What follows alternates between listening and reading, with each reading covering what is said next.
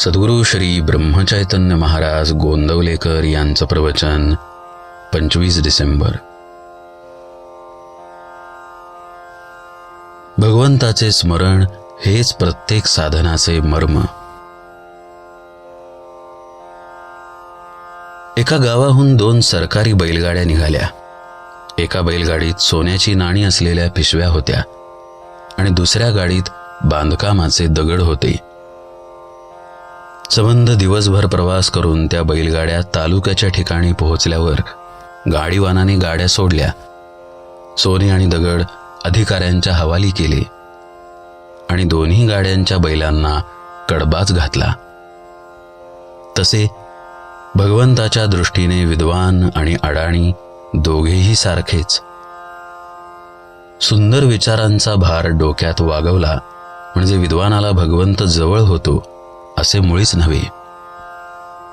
विद्वान काय किंवा अडाणी काय, दोघांनाही बुडवण्या इतका अभिमान प्रत्येकाजवळ असतो. विद्वानाला अभिमान जास्त मारक होतो इतकेच. विद्येला जगात किंमत आहे, पण ती साधनरूप आहे, साध्यरूप नाही. विद्या ही भगवंताची दासी बनली पाहिजे. पुष्कळ वेळा विद्वान लोक व्यर्थ चिकित्सेने आपल्या आयुष्याचा नाश करून घेतात. साधे भोळे अडाणी लोक भगवंताचे नाम घेऊन मजेने तरून जातात.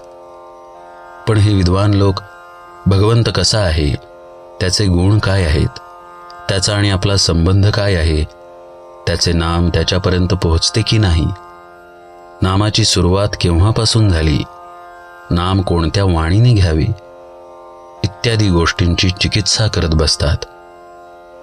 आणि ती इतकी करतात की शेवटी आयुष्याचा अंतकाल येतो आणि नामाची चिकित्सा तेवढी पदरात पडते. नाम घेण्याचा आनंद मिळत नाही. म्हणून शहाण्या विद्वानाने चिकित्सा करायचीच तर नाम घेत करावी. ज्याच्या अंगी मीपणा आहे त्याने चूक केली तर भगवंत त्याचे प्रायश्चित्त देतो. पण ज्याच्या अंगी मीपणा नाही, त्याच्या हातून चूक घडली तर भगवंत ती सांभाळून घेतो. समजा आज आपल्या हातून चूक झाली, अगदी जाणतेपणाने झाली, तरी आपण जर पश्चात्ताप पाहून भगवंताला शरण गेलो तर खात्रीने तो क्षमा करतो. आपण आपले मागले घडलेले सर्व भगवंताला अर्पण करावे, मग पुढची जबाबदारी त्याच्यावर पडते.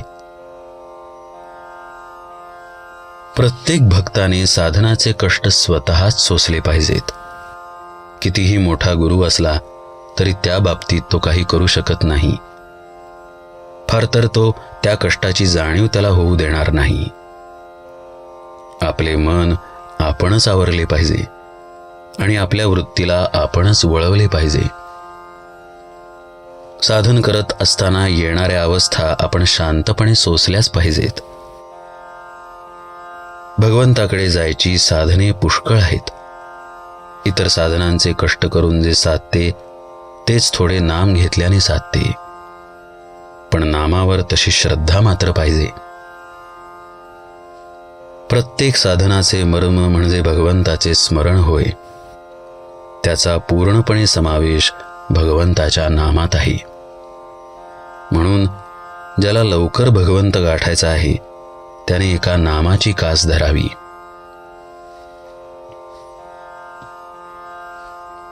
नामाबद्दलच्या सर्व शंका नाम घेत गेल्याने आपोआप नाहीशा होतात.